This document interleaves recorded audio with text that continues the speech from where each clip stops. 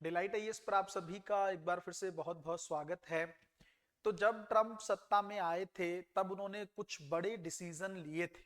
उसमें एक बड़ा डिसीजन यह था कि ट्रांसजेंडर जो है वो अमेरिका में अब तीसरे लिंग के तौर पर पहचाने नहीं जाएंगे। इसका मतलब अमेरिका में दो ही जेंडर जो है वो रिकॉग्नाइज किए जाएंगे, एक मेल और एक फीमेल।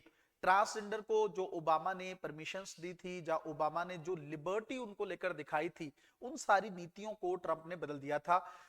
ओबामा की नीतियों को ही बाइडेन ने फॉलो किया, लेकिन ट्रंप आते ही ट्रंप ने ना केवल सेना में बल्कि संघीय नीतियों के तौर पर भी ट्रांसजेंडर पर रोक लगा दी थी। क्या इसके पीछे एक बहुत बड़ी वजह एलन मस्क है? इस मैटर को हम लोग गहराई से जानने का प्रयास करेंगे, कहां से ये कहानी शुरू होती है, कहां जाकर खत्म होती है। डिटेल में इस टॉपिक को जानने का प्रयास करेंगे। इसके साथ ही भारत की ट्रांसजेंडर को लेकर किस तरह की पॉलिसी है, किस तरह की नीति से के साथ भारत जो है वो आगे बढ़ रहा है, इन चीजों को लेकर भी हम लोग थोड़ा गहराई से चर्चा करने वाले हैं। अगर आप लोगों ने डिलाइट आईएएस के यूट्यूब चैनल को सब्सक्राइब नहीं किया है तो सबसे पहले आपको चैनल को सब्सक्राइब करना चाहिए, वीडियोस को लाइक करना चाहिए, शेयर करना चाहिए, और साथ में कमेंट्स के माध्यम से भी अपनी इंगेजमेंट जो है वो चैनल के प्रति बढ़ानी चाहिए। अगर आप लोग यूपीएससी प्रीलिम्स एग्जामिनेशन की तैयारी कर रहे हैं और 2025 में एग्जामिनेशन देना चाहते हैं तो आप लोग डिलाइट आईएएस का क्रैश कोर्स ज्वाइन कर सकते हैं। बहुत बेहतरीन तरीके से उसमें टू द पॉइंट तैयारी करवाई जा रही है। बहुत आसानी से आप 120 से ज्यादा स्कोर जो है प्रीलिम्स एग्जामिनेशन में कर पाएंगे। अगर आप चाहते हैं कि यूपीएससी की पूरी जर्नी आपकी जो है किसी एक मेंटर की गाइडेंस के अंदर होना चाहिए, कंप्लीटली जो है, चाहे वो आपका प्रीलिम्स की तैयारी हो, मेंस हो, इंटरव्यू हो, उसके लिए आपको एक पर्सनल मेंटरशिप की जरूरत है, तो आप डिलाइट आईएएस की मेंटरशिप प्रोग्राम को ज्वाइन कर सकते हैं। किसी भी प्रोग्राम के बारे में इंफॉर्मेशन लेने के लिए डिस्क्रिप्शन में दिए गए नंबर पर आप लोग कांटेक्ट कर सकते हैं। अब ये पूरा मैटर क्या है इसको जानने का प्रयास करते हैं। ट्रंप सत्ता में आए, जीतकर दूसरी बार राष्ट्रपति बने अमेरिका में, है ना। हालांकि ये उनका इस बार फाइनल वाला टर्म है, इसके बाद वो अमेरिका के राष्ट्रपति नहीं बनेंगे, लेकिन बनने के बाद उन्होंने ताबड़तोड़ डिसीजन लिए थे, इस चीज को हम लोग जानते हैं। ये उनका वो डिसीजन है जिसके अंदर उन्होंने साइन किया कि अमेरिका के अंदर जो ट्रांसजेंडर हैं उनको तीसरे लिंग के तौर पर मान्यता अब अमेरिका में नहीं दी जाएगी, है ना। बहुत विवाद इस मैटर को लेकर लगातार चल रहा है। बट मेन चीज ये है कि क्या इसके पीछे एलन मस्क का कोई रोल है, या उसके चलते जो है इस तरह की नीति बनाई जा रही। तो हाँ, इसका आंसर जो है वो हाँ के फॉर्म में है। उसका कारण ये है कि एलोन मस्क का जो एक बेटा था उसने अपना जो है जेंडर चेंज कर दिया, है ना। 2022 में उन्होंने अपना ऑपरेशन करवाया और खुद को लड़के से लड़की के रूप में तब्दील कर दिया। तब से ही एलन मस्क जो है ट्रांसजेंडर को लेकर बहुत सख्त रवैया रखते हैं। उनका हमेशा से मानना यह रहा है कि ट्रांसजेंडर व्यक्ति जो हैं उनको बहुत ज्यादा अधिकार नहीं मिलने चाहिए। एलन मस्क का मानना यह था कि उनकी जो जो उनका बेटा था, जब उन्होंने अपना जेंडर चेंज करवाया तो उसके चलते, उस सिचुएशन के चलते कहीं ना कहीं पे उनका बेटा उनसे खो गया या वो मर गया। एलन मस्क बार बार पब्लिकली एक बात को दोहराते रहे हैं कि जब इस तरह का ऑपरेशन करवाया जाता है, जिसे डेड नेमिंग के तौर पर हम लोग जानते हैं, इस तरह का ऑपरेशन का मतलब ही ये है कि जो ऑलरेडी जेंडर है वो अपने आप को खत्म कर लेता है, तब जाके वो दूसरे जेंडर में तब्दील होता है। इसका मतलब उन्होंने इसको हत्या का नाम दिया। उन्होंने कहा इस चीज को बैन लगाने के लिए एलन मस्क जो है उन्होंने कहा कि वो लगातार प्रयास करते रहेंगे। जैसे ही 2022 में इस तरह का ऑपरेशन इनकी बेटी ने किया, इसके एक महीने बाद ही एलन मस्क ने जो है रिपब्लिकन पार्टी जो थी ट्रंप वाली, उसको सपोर्ट कर दिया था, और ट्रंप सत्ता में आते ही उन्होंने इस तरह के ताबड़तोड़ डिसीजन लेने शुरू कर दिए। अब बात ये आती है कि ये उनकी जो है वाइफ है, जो फर्स्ट वाइफ है एलन मस्क की, ये उनकी माँ है। जो उनका बेटा था जेवियर, उसने शादी ट्रांस जो मतलब जेंडर चेंज करने के बाद अपना नाम जो है विवियन विल्सन के तौर पर रख लिया है। और इवन उनके बेटे ने ये बात कही भी है कि अब जो है मेरा अपने पिता के साथ, एलन मस्क के साथ किसी तरह का कोई नाता नहीं है। मेरे जो जैविक पिता हैं उनके साथ मुझे जोड़ के ना देखा जाए। मैं अपनी माँ का नेम जो है उसको यूज करना चाहती हूँ, और उन्होंने विवियन विल्सन के तौर पर अपना नाम यूज किया है।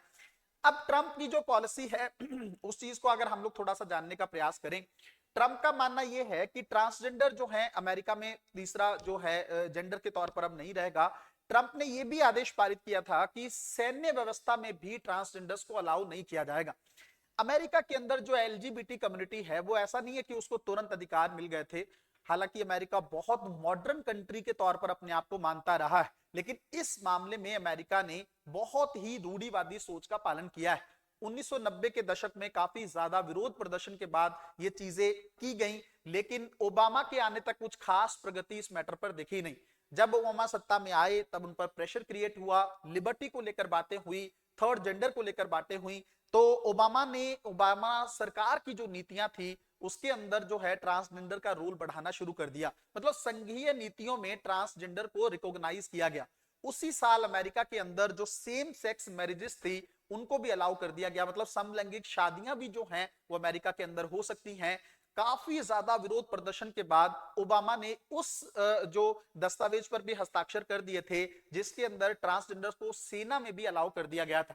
लेकिन जैसे ही ट्रंप सत्ता में आते हैं, जब फर्स्ट टाइम ट्रंप जो है अमेरिका के राष्ट्रपति बने थे, उन्होंने इस डिसीजन को वापस ले लिया था।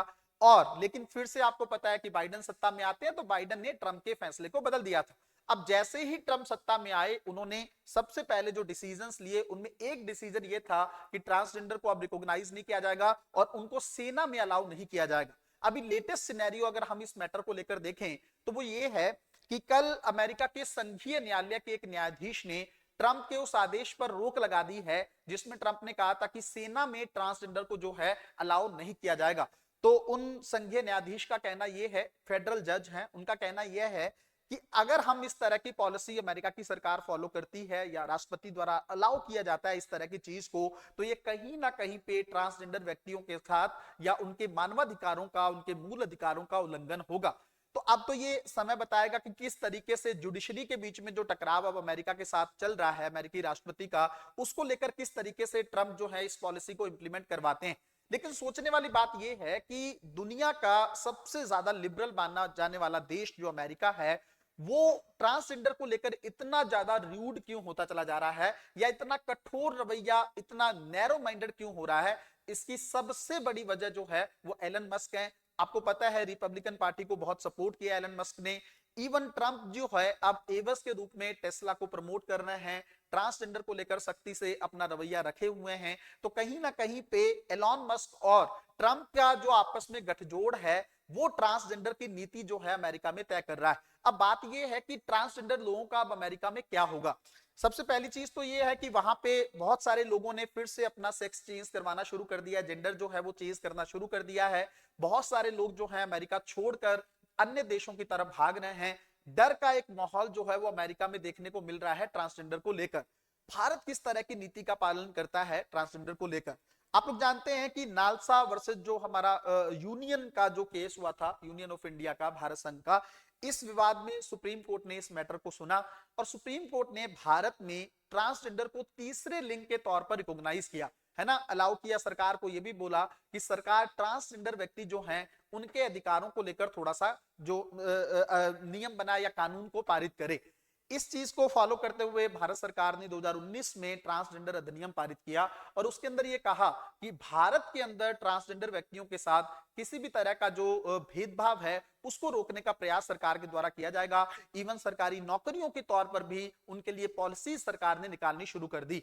अब ट्रांसजेंडर व्यक्ति कौन से होते हैं?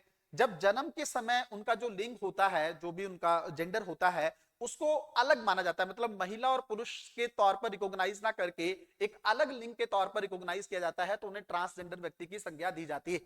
अब भारत तो धीरे धीरे लिबरल होने की तरफ है ट्रांसजेंडर को लेकर। इवन भारत में बहुत सारी मांग इस चीज को लेकर भी चल रही है कि समलैंगिक व्यक्ति जो हैं या समलैंगिक शादियां जो हैं भारत में, सेम सेक्स मैरिजेस जो हैं, उसको लेकर भी भारत सरकार को लिबरल होने की जरूरत। हालांकि कई बार अगर इस तरह की डिस्कशंस को अगर हम लोग देखें भारत में जो होती रहती है, उनका निचोड़ ये है कि अभी भारत का समाज जो है प्रॉपर इस मैटर को डील करने के लिए तैयार नहीं, मतलब ओपनली लोग जो हैं अपनी पहचान बताना नहीं चाहते हैं और समाज जो है अभी भी इस तरह की शादियों को एक्सेप्ट करने के लिए तैयार नहीं। तो ये तो समय के गर्भ में ही है चीजें कि किस तरीके से ना केवल भारत बल्कि अमेरिका में ट्रांसजेंडर व्यक्तियों का भविष्य रहने वाला है। लेकिन अभी थोड़ा सा जो खास करके, जैसे आपको पता है कि अमेरिका विश्व का सबसे पुराना लोकतंत्र है और भारत जो है विश्व का सबसे बड़ा लोकतंत्र है, तो कहीं ना कहीं पे दिल को थोड़ा सा बड़ा करने की जरूरत होगी, खास करके ट्रांसजेंडर व्यक्तियों को लेकर।